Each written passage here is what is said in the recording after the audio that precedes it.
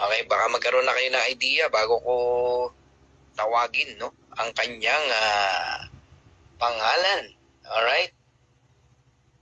Ayan. Okay. Siya po ay 7 years as training director, no?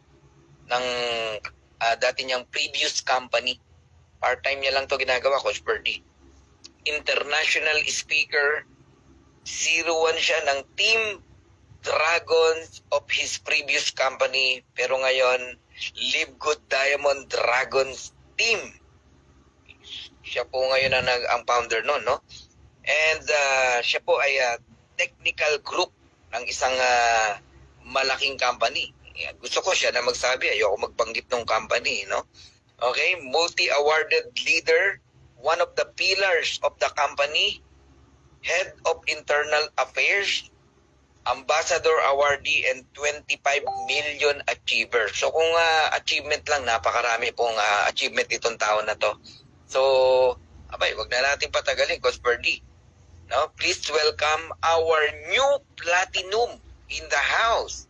Kaibigan ko to, Coach Hans Eturma.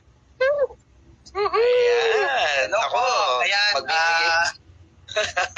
Sorry, bro. Medyo magulo pa.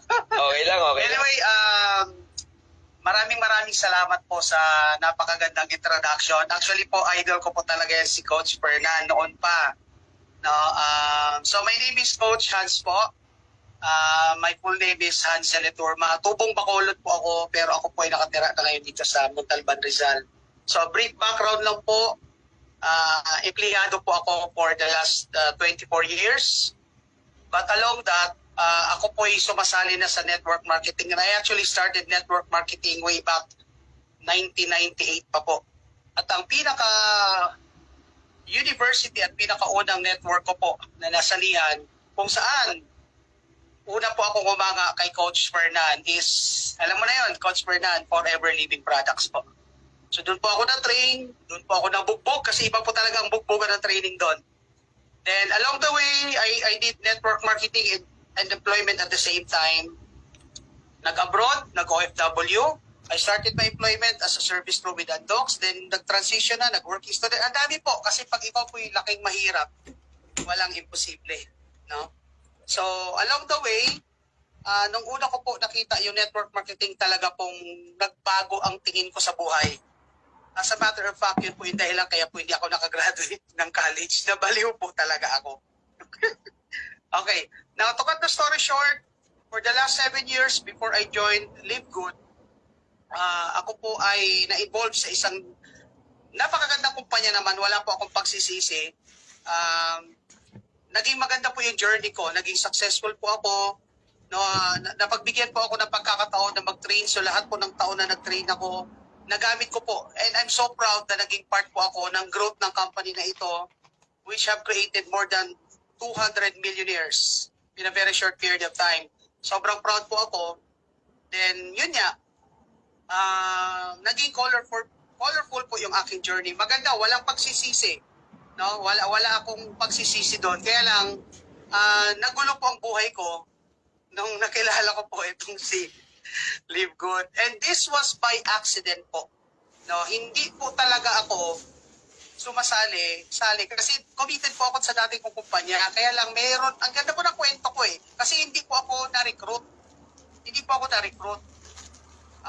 Meron po kaming, kasi as the head of internal affairs po, ang nangyari po sa akin, ako po yung umaharap. Pag meron po kami mga kasamang aalis na, o shall we say na mati-terminate, na huling may ibang ginagawa. Basta ang dami, as the head po, ako pa yung maharap. So meron po akong nakasama doon, si Sir Nixon. Sir Nixon Baladra, thank you po, hulog ka po ng langit sa akin. No, grabe po talaga. So ito po yung nangyari sa akin, very talaga. One day po, pinapalo ko siya kasi, for me, it's too good to be true, na pwede ka sumali sa isang kumpanya, kahit hindi ka mag-invite, pwede kang kumita. Sabi ko, teka, ako'y nagde-network, dito na po pumuti ang aking buhok sa pagde-network, and yet, ngayon na ako makakarinig ng isang kumpanya na kahit wala kang gagawin, I mean, wala kang iimbitahin, pwede kang kumita. So, na-curious po ako doon sa idea na yon. Pero hindi po ako sumali. Ini-stalk ko po si Idol Nixon.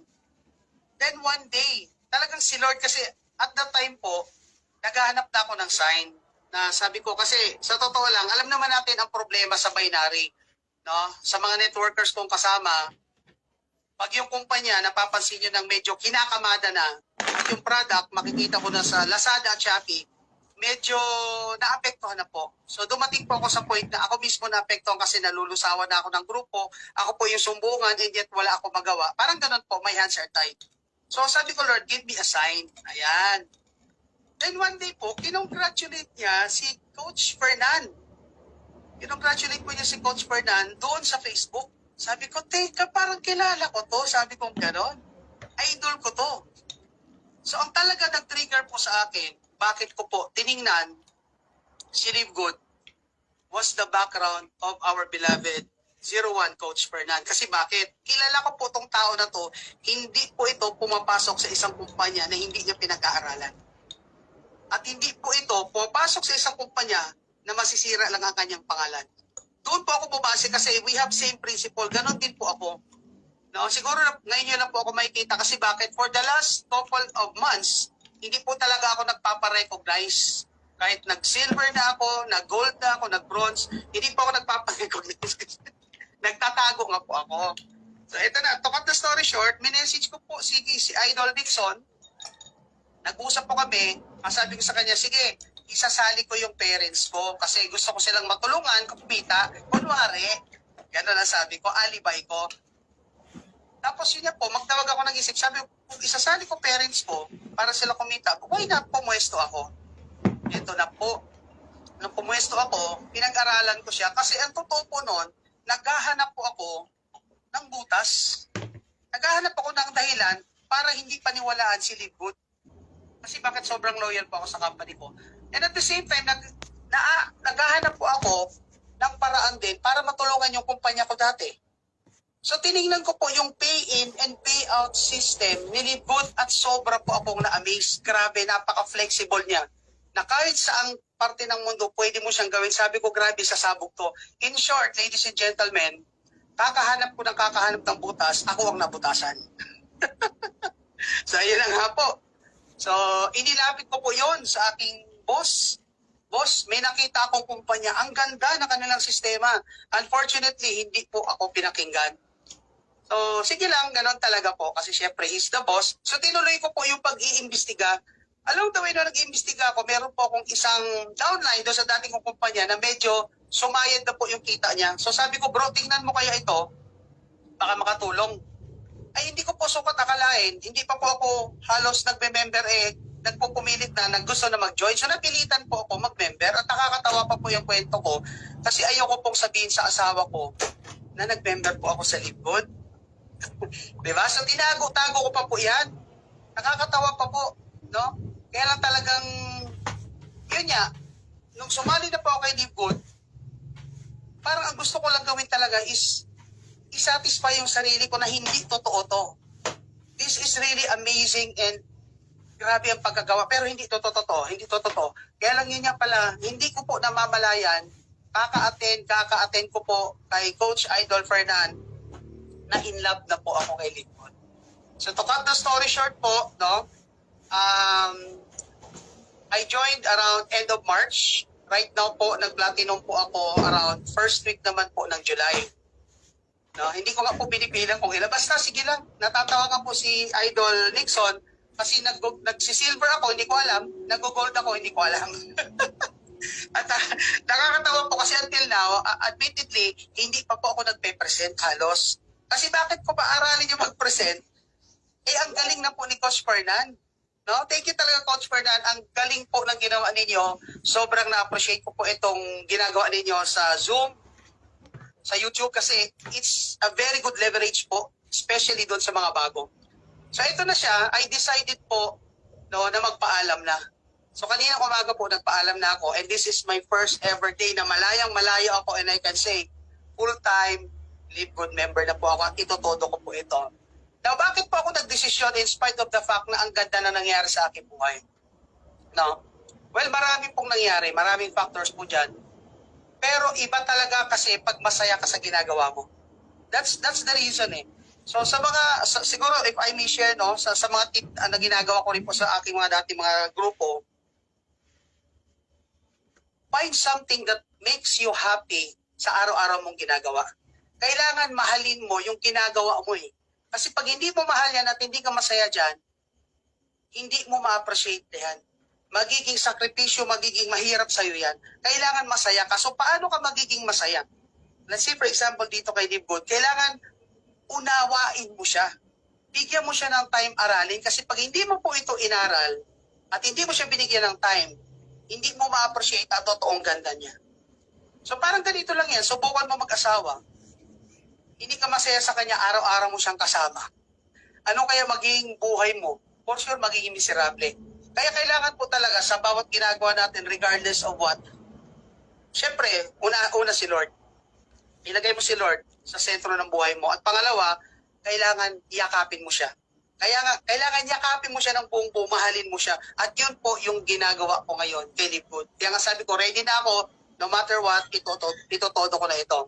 Now, another tip po, marami po sa atin na nakontento lang sa pagiging abangers, sa pagiging waiter, sa pagiging waitress. Yun po yung tawag ko. Sorry naman po, wala pong masama doon.